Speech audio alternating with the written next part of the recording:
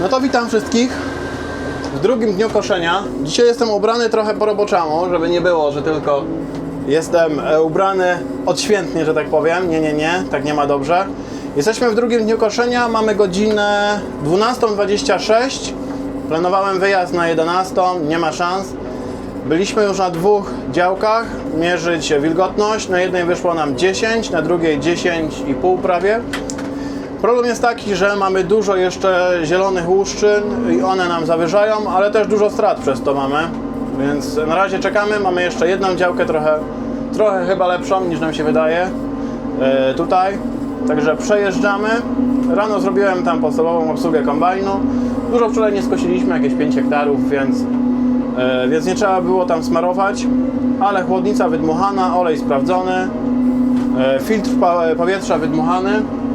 Już Wam pokażę, jak fajnie jest tam separator zrobiony powietrza, że ten cały brud, który wstępnie nam zasysa, odpinamy tylko 2 klamry i ładnie z tej klapki nam zjeżdża, sobie ręką wydmuchniemy, więc to jest na plus. A ja jadę na tą drugą działkę, tutaj sobie przejeżdżam polem, na szczęście wszystko mamy blisko. No, także widzimy się za sekundę dosłownie już na polu i pokażę Wam, jak wyszła próba. Także jedziemy. Drodzy Państwo, wjechaliśmy. Mamy godzinę, uwaga, 12:51.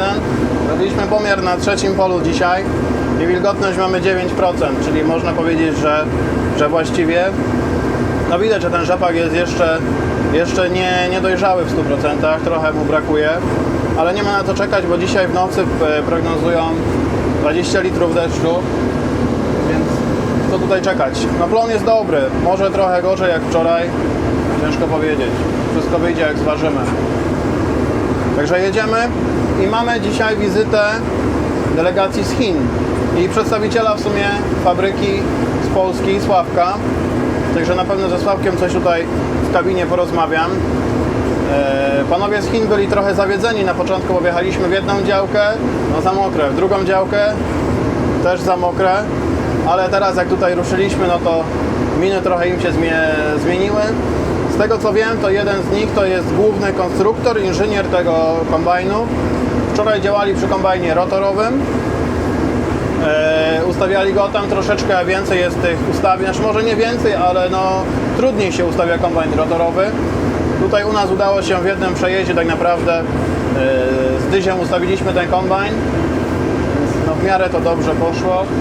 Nie wiem, czy dzisiaj wuja bizonem wjedzie, czy nie, bo tu mamy 4 hektary tą działkę, więc to będzie chwila, moment. Jeżdżę 3 na godzinę, 3,2 nawet. Jedziemy pierwszy przejazd od granicy, bo tutaj miał sąsiad, więc jeszcze gdzieś jakieś chwasty się pojawiają. Także zaraz zobaczymy, co Sławek będzie miał do powiedzenia. A już się kameruje? Już się kameruje. Więc odwiedził mnie Sławek. Witam Cię, Sławku. I kosimy. Cześć, tu Sławomir. Jak do mnie pierwszy raz zadzwoniłeś wczoraj, to zwątpiłem. Kto do mnie mówi? Czy to ten właściwy Sławomir, czy nie właściwy Sławomir? Wyjechaliśmy dopiero. Trzecia działka. Widziałem na początku na Twojej twarzy, że nie byłeś zadowolony z tej wilgotności. Już myślałeś, że się nie uda jechać dzisiaj. No, zaskoczyła mnie ta wilgotność Może nie tyle zdziwiło mnie, że kosicie przy takiej wilgotności. To nawet może to nie wilgotność, ale jak mi tylko... wytłumaczyłeś, no niedojrzały, no w tym Tak, roku jest dokładnie. niedojrzały. Nie późno, tylko przymrozki były i Dokładnie. długo kwitł, nie? Dokładnie. A rok temu równo byłem już po żniwach, muszę Ci powiedzieć. Po żniwach byłeś. Po żniwach byłem. Dokładnie rok temu już wstawiałem kombajny do hali, więc no jest dysproporcja ogromna w tym roku, aczkolwiek zaraz po rzepakach ta pszenica już będzie znikała z pola, to już nie ma na co czekać. Sam widzisz, że sporo tego rzepaku na samym dole jest niedojrzałe po prostu. No jeszcze łuszczyny właśnie te dolne są niedojrzałe Ale uważasz, że te łuszczyny dolne, one zdążą doschnąć zanim ta górna spadnie? ja uważam, że Warto czekać? już były takie lata i ci co poczekali Wygrali. to wygrali jak mieli ubezpieczone, jak nie mieli to A ja miałem taki przypadek, że poczekał sąsiad, no i nie miał z czego wrócić później, nie? nie miał ubezpieczenia. No nie miał ubezpieczenia. Problem jest taki, że dzisiaj mamy 20 litrów w nocy i później przez następne kilka dni też ma tak popadywać przez 4-5 litrów. Jeżeli to byłby sam deszcz na spokojny, no to nie otworzyłby tych łuszczyn dojrzałych, ale jeżeli Tak. to będzie taki gruboziarnisty deszcz tak zwany, no to te górne łuszczyny może otworzyć Tak. i może to być jakaś strata. Tą działkę 4 hektary na pewno jeszcze skoszę dzisiaj, ale tamte dwie, co próbowaliśmy wcześniej, no to nie ma sensu. Tam mieliśmy mieć dobre 40% strat, które wylatywały po prostu w zielonych łuszczynach. Straty stratami, ale podejrzewam, że tam też oleju nie ma, nie? No właśnie. To jest Raz, że wylatują, a dwa, że nie ma oleju, no bo teraz firmy skupujące patrzą też na zaolejenie. Zaolejenie, zanieczyszczenia, no dzisiaj już wszystko tutaj ma ogromne znaczenie. A jak uważasz, jak oceniasz ustawienie kombajnu? Bo trochę go tam jeszcze dostrajałem wczoraj. Może nie jest aż tak idealnie w zbiorniku, ale lepiej nie będzie przy tej zróżnicowanej wilgotności. Tu jedziemy, zobacz, tutaj jest bardzo zielone, za chwilę wyjedziemy kawałek dalej i już jest mega dojrzały. bo widać, od razu widać po tej połanie, nie? Tu jadę 2,6 na godzinę, a tam dalej będę mógł 3,5 nawet jechać, więc no... Jest różnica ogromna. Jak oceniam ustawienie? No bardzo dobrze. Czy z tyłu dużo zostaje? Nie, z tyłu nie zostaje. Nawet przy takim zielonym to jestem zdziwiony, że bardzo mało zostaje, gdzie w innych kombajnach przy tak zielonym rzepaku z tyłu by leżało więcej. No i obroty bębna To mnie dziwi właśnie, nie? Że on nawet te zielone łuszczyny potrafi wymłócić, no. No i mówię, obroty bębna mam na 650 tylko ustawione, co 600 tutaj jest minimalną wartością. Bardzo nisko, bardzo odważny jesteś na mnie, powiem. Ale zobacz, jadę wolniej, więc nie stresuję się tym. No 660 bęben, to on też nie jest malutki, więc tak łatwo nie jest go zatrzymać chyba. Ale nawet nie słychać, nawet jak gdzieś grubiej pójdzie na headerze, nie słychać w ogóle tego, masarki, nie słychać, nie? tak. Słychać go ewentualnie tutaj w gardzieli, nie? Jak idzie większa masa. Ale w kabinie tutaj jest cicho. Cichutko jest. Ja mówię, że to jest jak w większości zachodnich kombajnów. To ja mówię, że jest lepiej. Jest lepiej? Ja A ty mówię, masz że duże jest doświadczenie zresztą w tych sprawach. No ja mam doświadczenie z jedną marką, z drugą też, z New Hollandami też trochę miałem doświadczenia, bo jak na pokazach jeździłem, to czasami się wsiadało i do innych marek, ale Głównie jeździłeś na tej zielonej marce. tak, głównie na zielonej. I to maszynami takimi naprawdę większymi, nie? No głównie największymi, czyli Lexion największy i Tucano rotorowe. Byłeś wczoraj tam przy kombajnie rotorowym? Nie byłeś, nie zdążyłeś. Nie, wczoraj nie byłem. Wczoraj późno przyjechałem, 10 godzina. Ale delegacja z Chin tam słyszałem, że walczyła ostro przy tym rotorowcu, żeby go Tak, dobrze ustawić.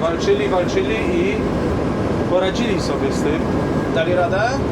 Dali radę. Ja nie wiem, mam jakieś takie przyzwyczajenie, że sobie leżę na tej kierownicy i patrzę w header jak w bizonie. Mam trochę takie złudzenie, że się garbię nad tym headerem. A musisz leżeć? No nie muszę, ale tak mi się wygodnie jedzie.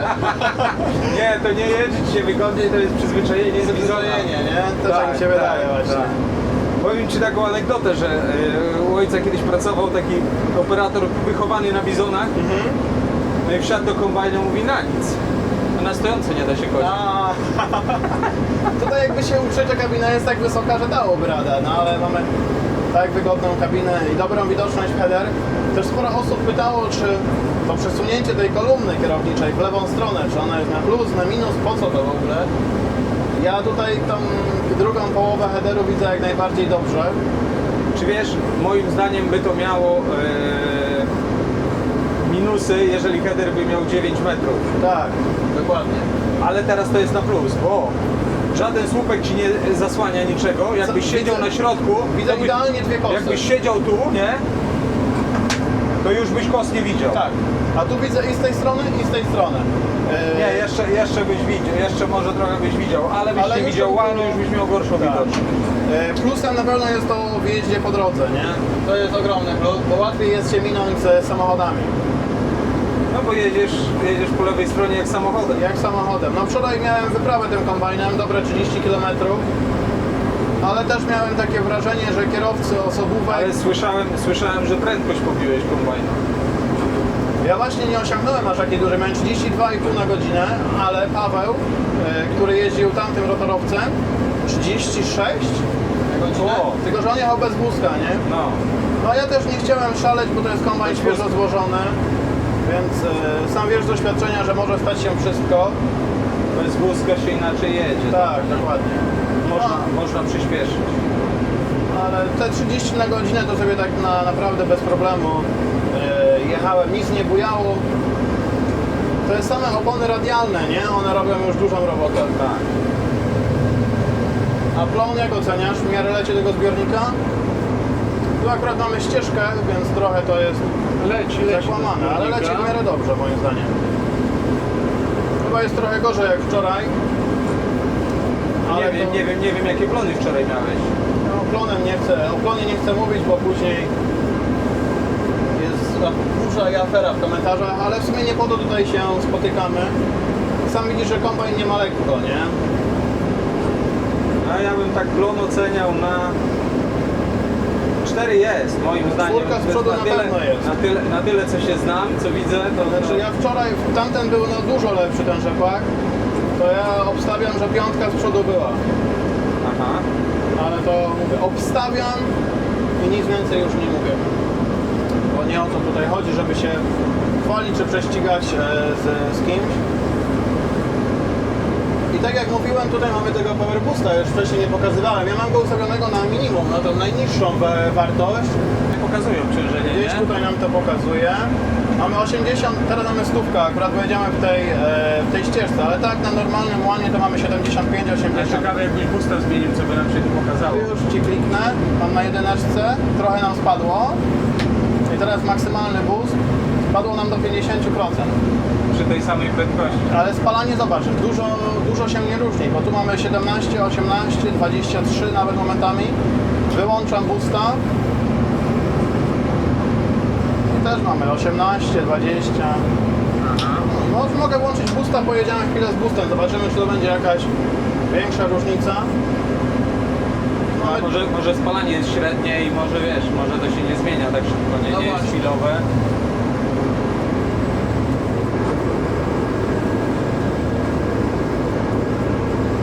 A co? Na tak zielone łuszczyny powiem Ci, że jest czyściutko. Jest czyściutko, nie? Naprawdę jest kombajn dostrojony. Mi się podoba. No trochę z nim powalczyłem, tak naprawdę główne ustawienia zrobiliśmy już wczoraj w pierwszym przejeździe i to już było zadowalające, ale później całe jeszcze te 5 hektarów tam sobie go strykałem, dostrajałem, żeby to było ok. No tutaj mocno jest poniszczone przez zwierzynę, nawet widać. Mamy problem tutaj Tu jest z zielony. zieleniami. Tu jest zielony. Tu mamy problem z jeleniami, on się później odmładza, ten rzepak. Szału nie ma później, ale no nic nie zrobimy. No sama ściernia, może zobaczyć sobie sąsiada, koszona wczoraj, a ta jaka jest zielona, jest praktycznie każda jedna roślina jest zdrowa. No, u sąsiada już był dojrzały. to widać. Był dojrzały bardziej, chociaż też sąsiad zostawił, być może ma inną odmianę albo jakaś inna ochrona tam poszła i też wczoraj nie kosił już dalej. Ale jedziemy. Tu mamy pana z gazety, który też robi reportaż. Ale my nie czekamy na deszcz, tylko robimy swoje. Tu jest zieloniutki, Tu jest zieloniutki, tak. tu już lekko, że tak powiem, mocarnie słychać. Mhm. Ale i tak jest cicho, i tak? Słuchaj, ja wolę, żeby mi stanęło w headerze, niż miałoby stanąć na bębnie. Bo tutaj w tym kombajnie mamy niestety mechaniczną, czy tam nawet bym powiedział ręczną możliwość odpychania tego bębna. Ale w żadnym kombajnie nie masz automatycznej możliwości Nie ma odpychania rewersy bębna, nie? Nie ma. Nie ma. Właśnie jeszcze czegoś takiego nie wymyślili, a powinni. Także no nie chciałbym mieć takiego niemiłego doświadczenia dzisiaj. Chociaż sam mówiłem, że jestem ubrany na roboczo. Wczoraj byłem ubrany bardziej tak na niedzielę, bo była niedziela. Ale musiałem zrobić jakąś wstępną obsługę tego kombajnu dzisiaj. Przed wyjazdem. Wczoraj łącznie z przejazdem z Tarnowa Podgórnego to 30 km, spaliłem 100 litrów przez cały dzień. 100 litrów przez cały dzień 100 spaliłem. litrów przez cały dzień. Razem z przejazdem. Na godzinę kombajnu to wyszło gdzieś 7 godzin, roboczo godzin kombajnu. Tak to mniej więcej wygląda, ale no zatankuję go do pełna tutaj, jak będę wyjeżdżał, dojadę do Tarnowa i też będę mierzył po prostu, ile on na tej drodze jest w stanie spalić, nie? Ciekawe jakie ma spalanie na drodze, bo przeważnie, tak. przeważnie na drodze kombajny palą 100 na 100. Pewnie tak jest. Nie, myślę, że ten myślę, że jest nie. mniejszy, nie pali. Może ten może pali 60 na 100. Fajnie by było, ale no... A ja mam busta, nie? To może palić mniej. Może palić przez mniej. Przez busta może palić dużo mniej. Czterocylindrowy silnik on też jak nie ma ciężko, to dużo nie spali. Ładnie, tym bardziej, że CDI to jeszcze sobie, wiesz, dostosuje wszystko do obciążenia lepiej, nie? Wuja stwierdził, No właśnie, ja pytanie, a na drodze używasz tego? tego gazu Nożnego? przyjemniej się używa gazu nożnego niż mielibyśmy hamować czy rozpędzać je hydrostatem. Na drodze. Na drodze. A? Więc lepiej jest używać, chociaż później jak już się przyzwyczaiłem, to używałem ręcznego gazu. Jakoś jak widać pod ręką jest tutaj fajnie. Ale ja się A śmiałem. wszyscy się śmieli z tego, Ja też się z zastanawiali. tego śmiałem. I co, i teraz już się nie śmieje? Już się z tego nie śmieję. Jest to taki bajer, trochę gadżet, ale no nie mówię, że on nie pomaga, bo jest okej, jak najbardziej. Kamery też. Już zaopiniowałem, że no mamy 4 w standardzie. Zaopiniowałem o następne przynajmniej 2. Jedną jeszcze na rurę. Na rurę To musi być, To jest nie? konieczność, bo jak sypiemy na wysokie ciężarówki, to nie widać później, gdzie ta masa jest rozłożona na ciężarówce. No i przynajmniej druga na silnik jeszcze. Chciałbym, żeby było widać cały silnik, co tam się dzieje. Tu mamy pod osłonami. Też się śmiałem z tych kamer trochę pod osłonami, ale widzę, czy napinacz od mocarni się załącza, napinacz od wysypu, także to jest akurat na plus. Wcześniej sobie używałem tego wydmuchu, odwrotnego ciągu chłodnicy. No w przypadku tego tak nie odczujemy, nie? Bo Znaczy, a teraz przypadkiem nie dmuchałeś tam na końcu? jak jechałem tam na końcu, no. Ale no nie kurzy się, myśmy odczuli. nie kurzy się jakoś mocno. Myśmy odczuli. Myśmy odczuli. My jak tam staliśmy na uwrocie, to Tak? odczuliśmy. Właśnie? Tak. O, no to proszę. Ale widziałem, Nie no, jak, w rzepaku, wiesz, w rzepaku nie ma tyle tego i... widziałem jak tamten kombajn rotorowy w Jęczmieniu operator tam wydmuchiwał, no to tam rzeczywiście to bardzo często używało i jest to przydatne. No nie wiem, czy dużo kombajnów jest to wyposażone, bo to jest bardziej znane z ładowarek teleskopowych chyba, nie? Ja nie widziałem takiego rozwiązania w kombajnach. Ja dzisiaj rano... Przeważnie jest, wiesz, przeważnie jest to kręcące się... Tak, śmigiełko. Kręcące się śmigiełko albo tam... Dziś rano podchodzę z wężem do dmuchania, ale chłodnica była czysta, więc... No bo to jest, wiesz, jak przedmucha w drugą stronę, to nie jest tak, że ciągnie w jedną stronę, nie? To jest dobre Tak, to jest rozwiązanie. dobre. Ta chłodnica moim zdaniem, jeżeli tego się będzie używało tak, jak to się powinno używać, albo jeżeli to jest w automacie, a chyba jest, to chłodnica nie będzie się zabijała, bo to jest Tak, raz w dokładnie. jedną, raz w drugą, nie tak, że cały czas w jedną.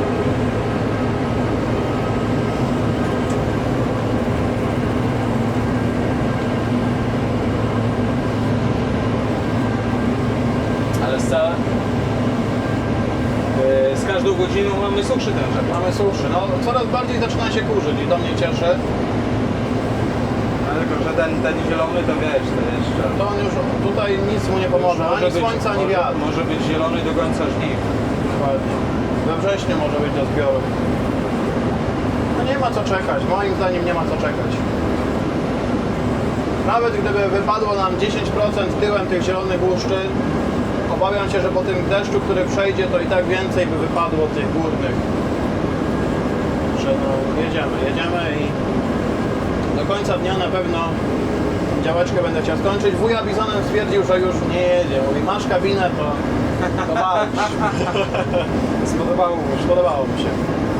Ale tutaj Jeszcze nie miał okazji się przejechać, ale wczoraj mieliśmy tutaj duże wycieczki, całymi rodzinami nawet, żeby żeby ten kombajn poodwiedzać, zobaczyć co tutaj potrafi. No i fajnie.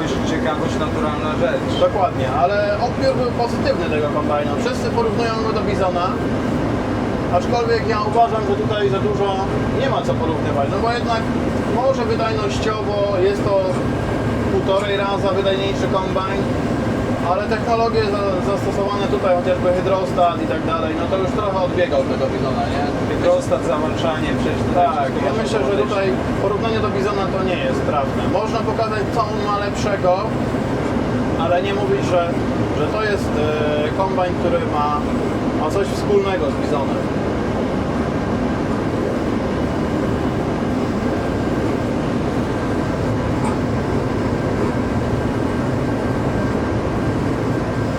Trochę pszeniczki jest, tak? Miejscami się zdarza, wiesz? No ale pszenicy raczej nie odseparujemy, nie? Nie ma szans. Nie wiem, jak byśmy musieli go ustawić, żeby...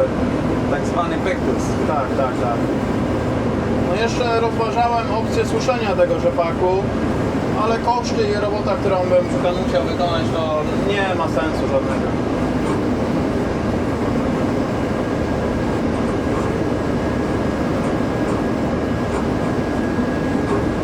No jest tu zielono, mimo wszystko. Tu jest zielono.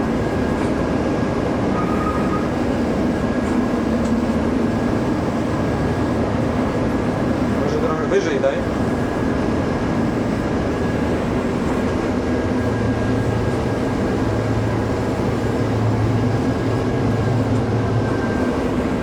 Cały czas mówisz, że jadę za nisko, a mi się wydaje, że jadę za wysoko. Ja wiem. Ale nie zostaje nic pod nami, nie? Nie. Ja też jadę blisko ścieżki i zależy, w którą stronę jest A położona. jak ta łapniesz ścieżkę, to musi być niżej, nie? Tak. Zależy, w którą stronę on właśnie się tutaj kładzie. Też plony tutaj są dobre, bo klasa ziemi jest w miarę dobra. Tutaj mamy 3. klasę, więc no troszeczkę musi do zbiornika lecieć jednak. Wiesz co jest dobre, jakie jest dobre rozwiązanie na ten? Na co? ścieżki? Jakie? Założyć co drugi podbieracz łanu. Tak, też o tym słyszałem. Nigdy nie próbowałem. A ja próbowałem.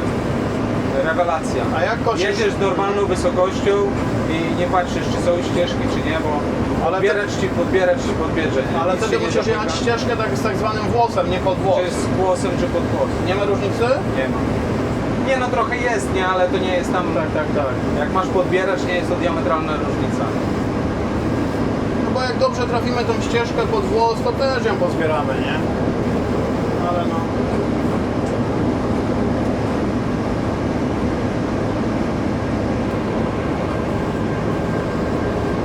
Też do ostatniego momentu walczyliśmy, żeby skompletować stół do rzepaku, żeby go poskładać. Więc już w sumie planowałem wyjeżdżać w sobotę po południu, ale trochę mnie to wyhamowało i ruszyliśmy w niedzielę rano, wyjechałem z No i Tarnowa. dobrze, że bo w sobotę byłoby zielony, jeszcze bardziej zielony. Tamten pierwszy byłby gotowy, wiesz? Tak? Byłby gotowy. Ale no... Może nawet dobrze, na spokojnie. Najgorzej jak poganiamy mechaników, to wiesz... Ja wolę, żeby było zrobione coś dobrze, niż szybko. Takie jest moje zdanie. A ja lubię i dobrze, i szybko. I dobrze, i szybko, ale nie zawsze się tak da, nie? Kliknij jeden z polecanych filmów, aby obejrzeć najlepsze produkcje na naszym kanale. Zasubskrybuj kanał, aby być na bieżąco i nie przeoczyć nowego filmu. Nowe filmy dodajemy codziennie o godzinie 6 rano, a shortsy od 17 do 22.